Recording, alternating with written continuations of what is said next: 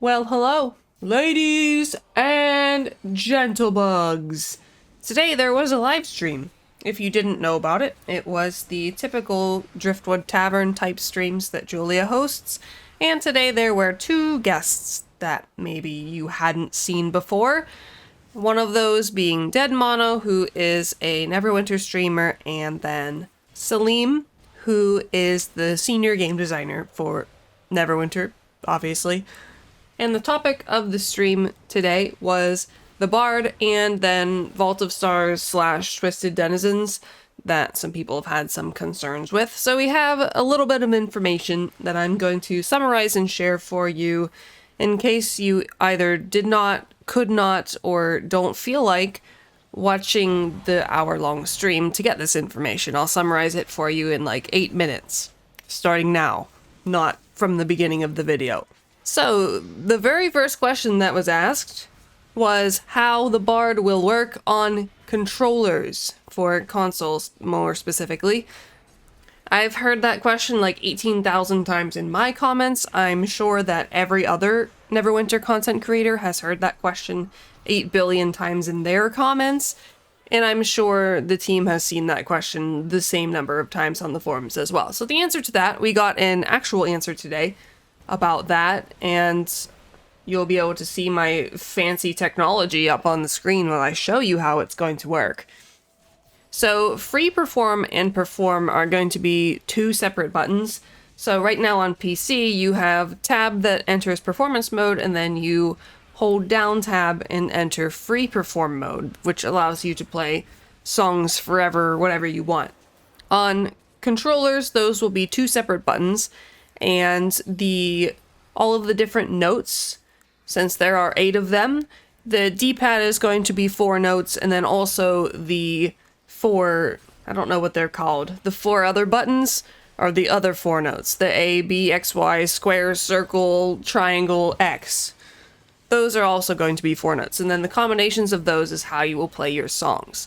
Now, in free perform mode, free perform has the options to change your octaves and then also your half steps or whatever the other fancy musical term is for those. Those ones will be the shoulder and trigger buttons. Shoulder / trigger buttons. I don't know, guys. I don't play console, but I'm just providing this information to you, okay? Don't judge me. The buttons you press with your fingers, not your thumbs. How's that? Moving on. The next question, which is something that I had not even thought about until the stream, seeing it on the stream, and that was if Bard songs are going to proc weapon enchantments or not. The answer to that is no. At least right now, they are not going to proc weapon enchantments, and now that I am thinking about it, it does make sense, because you're not using your weapon to play those songs, you're using your loot, which is your offhand, and you don't have a weapon enchantment in your offhand, so it really does make sense, actually. Weapon enchantments only apply to at-wills, dailies, and encounters in most situations. Why did the dev team decide to add Bard instead of, say, a monk or a druid? And Salim explained this in a way that he felt that adding Bard would give them the opportunity to add a different gameplay style, something that would be significantly more different than if they were to add Druid or Monk, which would essentially be a copy-paste in the way that they would have their traditional encounters and, you know, the usual powers. But the Bard having perform mode and playing songs is a very different thing, and is completely new to Neverwinter, as I'm sure we all know. And it also gives more of a depth to interaction with the game, as in you have to physically play the songs and not just, you know, press a button most of the time. We do have quick play slots. That was not something that was initially there.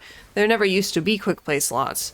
But for the most part, you will want to, if you are able, play the songs manually, and that gives you more physical interaction with the game, and in my opinion adds a more active playstyle to the Bard. I know I've said that several times, but I do really like the playstyle that Bard has.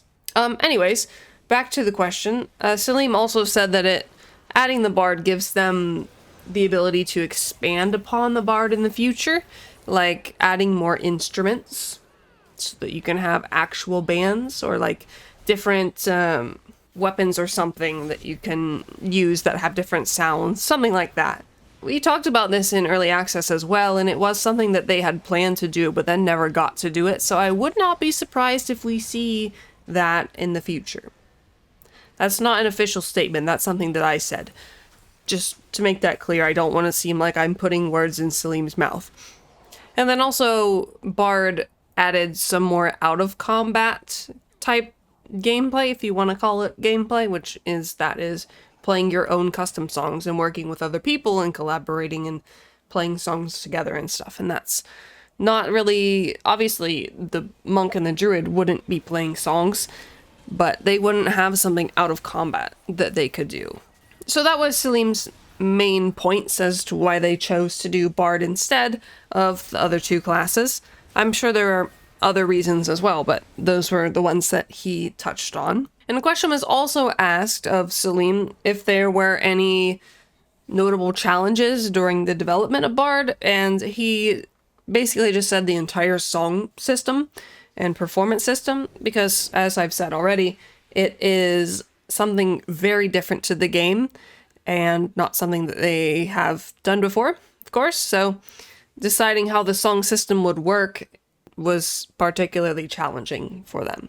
The next Bard-related question was if the Bard that we see on preview is close to what we can expect to see on live whenever Mod 21 comes out. And the answer to that is that tweaks are still being made to the Bard, and the goal is that the Bard will be as effective in their roles, either DPS or healer, as the other classes are. So they don't want it to feel weaker, and they don't want it to feel stronger, really, either. So there's still some tweaks that are being made, so I would venture that there's still going to be another iteration of the Bard on preview, at least one or two. I have a speculation that the release date of Mod 21 is going to be mid-July, second or third week of July. I don't actually have any insider information on this, so we shall see if I'm correct. And since releases are done on Tuesdays, just to add on to this and be even more specific, it will either be July 13th or July 20th. In my opinion, they should do it on July 21st, because then they would be releasing Mod 21 in 2021 on the 21st of July. Anyways, back to the questions. There's one thing that's not really a question, but something that I gathered from what Salim was saying, and that is that they are looking into Minstrel specifically, and then what changes they can make to bring it more in line with the other healers. Something was suggested about adding the ability for Minstrel to give more damage resistance to party members, because right now they can only give damage resistance to the tank with a feat. The Storyteller, I think, does damage resistance still. Oh, and Salim said that it is a possibility that something like more damage resistance could be added, but I wouldn't cross your fingers for that. Speaking of Minstrel, I intended to work on my in-depth review of Minstrel this week. I ended up not doing that so far. It's my own fault, really. I have a whole lot that I can say about Minstrel, and that I have already said about Minstrel. I said a little bit of it in the Bard overview video, but a lot of it was said on the forums or in private. So I will be sharing that with you all in the near future. I'm just hoping that I don't make the video, post it, and then like the next day there's an update on preview with Minstrel related changes. That would kind of suck, because that's a video that would require a lot of effort. Alright, that's all the Bard related stuff, and now we can talk about Twisted Denizens and / Vault of Stars stuff. So, Twisted Denizens in general was really just an experimental event, and they wanted to see how it would go, and if people tend to like it, then in the future they can possibly expand upon it and do gear that is for all the different roles, because right now the rings that you're putting together are primarily for DPS people. And it was really, the intention of it was just to have something else for people to do. And it was mainly supposed to revolve around the rings and putting those together. Having to complete the dungeon in order to craft the rings was a big thing. As far as the loot and the gear drops go, that was actually fixed today in today's patch. The loot tables were not set up properly, not connected the way they should have been. So the hardcore version of the dungeon was not dropping the stuff that it was supposed to, and now it does. Also, I figure I should put this in this video as well, because some people were confused because there was a miscommunication that they had. You don't need to queue for K-Team to access the hardcore version of the dungeon. It's just hardcore. There's no K-Team aspect of it. They were originally intending to make it that way, but then it ended up not going through and not going to live, so no K-Team. They also did address the FPS drops that are in the third mini-boss, and Salim actually had not heard of that before, but he knows now, and it was something that has also been reported, and so they are going to look into that. Oh, someone asked if the archers in the maze could have their DPS tuned down a little bit, and Salim just said that most rangers are pretty mean, and they want to protect their stuff. I mean, he did say that, but he also said that they will be reviewing the completion rates, and if they find that that is an issue for people, then it will be adjusted. There was also a couple questions about stuff that dropped, or should drop somewhere, and no one knows where. That being the Starry Cape, and Salim actually didn't know where that was supposed to drop, so he didn't want to say anything and have that be wrong. But there are plans for it, but I'm not sure if that's something that can be obtainable right now or not. And then the +5 shirt and pants could possibly be dropping in the Twisted Denizens version of Vault of Stars. Salim wasn't 100% sure. He knew there was shirt and pants in the loot table, but he didn't know if it was the +5 variant or not.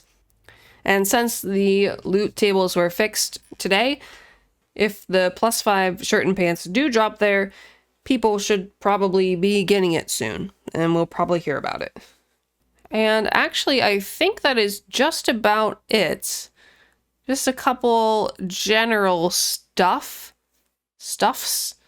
We have reinforced today that Julia is Neverwinter's mom, and that is because, by extension, she said this in reference to content creators, by extension, your communities are my community.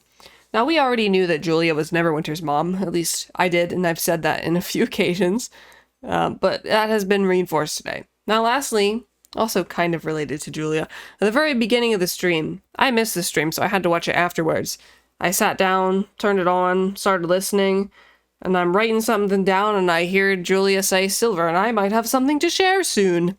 I feel like I'm mentioned in a lot of the streams, and it's weird because I'm never expecting it, and then I look up like, what did I do? But yes, Julia and I might have something to share soon. That is true. I'm not going to tell you what it is, sorry. Anyways, thank you for watching or listening or whatever. Hopefully you found this video informative, and possibly mildly entertaining, I don't know. I tried to keep it concise and only include the information that was given in today's stream. Help you guys out. You don't have to watch it if you don't want to. I've been really liking the panel type streams that Julia's been putting together recently. I think it's really good to get to talk to a few newer members, not necessarily newer, but different members of the team, kind of see what they learn about them, what they do, have them answer some questions. Always cool to get to see a little bit and talk to the people who helped build the game that we all enjoy. And by the way, if you don't enjoy the game, why are you still here listening to me? Go home. I get comments every now and then, they're like, I quit the game years ago. And I'm just think to myself, like, why are you watching my video then? Anyways, I'm gonna leave now. Okay, bye!